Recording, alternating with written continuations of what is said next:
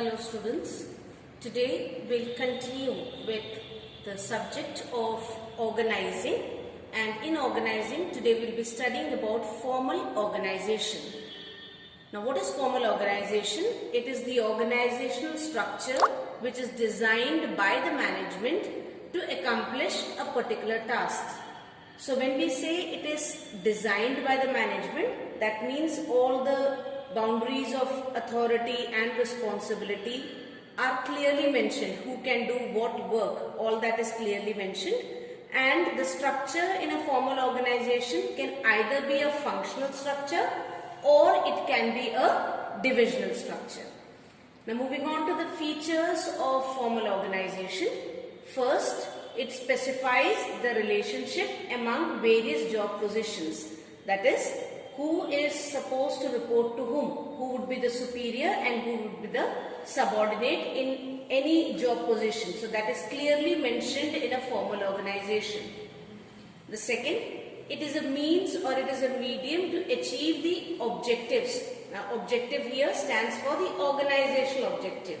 Now how is it a means to achieve? Because it lays down very clearly the rules and regulations or the procedures for work. Everything is clearly mentioned and people are supposed to follow that particular rules and procedures so that the organizational objective can be achieved. Third is the efforts of the various departments are interlinked, or there is coordination between the various departments of the organization. Fourth, it is deliberately designed by the top management. That is, it does not happen automatically. It has to be created. It is deliberately created by the top management. Fifth, the emphasis is on work and not interpersonal relationship. That is, work is a priority, or you can say work is the only priority in a formal organization. The way people interact with each other is not important, or you can say the social well-being of people is not considered in a formal organization. Moving on to the advantages, it is very easy to fix responsibility as job relationships are clearly defined. You know to whom the work has been assigned, so it is easy to fix responsibility in a formal organization. Second, there is no duplication as duties are clearly defined. When you are writing down on paper or when you are formally forming, deliberately creating an organization where you clearly mention who is supposed to do what work, automatically there will be no duplication of work, or there will be no ambiguity as far as work is concerned. Two people will not be asked to do the same work. Third, unity of command is followed. Now in unity of command we studied the superior will give command to a subordinate. That is, the subordinate will only receive command from one superior. Two people cannot command. So when clear division of work is there, or clearly responsibilities and duties are defined and given, unity of command is followed. Fourth, it leads to effective accomplishment of goals, because the only emphasis is on completion of objectives or completion of goals. Fifth, there is more stability in the organization, because stability occurs when people are clear about what is to be done.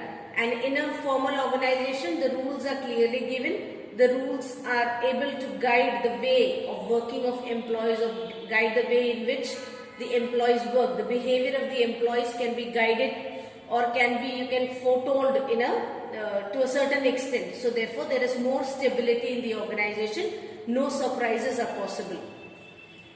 Disadvantages, there is delay in decision making, because again the full procedure has to be followed. Like in unity of command, if you are following unity of command, automatically scalar chain is also followed in the organization. So there would be a delay in decision making, because sudden decisions cannot be taken. Whoever is authorized to take decision, whoever is the competent authority, only that particular person, after making the proper inquiry, can take decisions. So there may be a delay in decision making. Second, it does not allow deviation from set rules. The rules and procedures are clearly mentioned or given. Only that has to be followed. You cannot have any, you can say, creativity of the individual who is working at that particular time or in that particular job position, whoever is working, his personal creativity cannot be implemented in a formal organization. So we can say that formal organization in a way curbs initiative. Initiative again is a principle of management. So initiative of employees is curbed to a certain extent in formal organization. Third, there is no scope for interpersonal relationship. In formal organizations, only work is important. People who do the work are not important.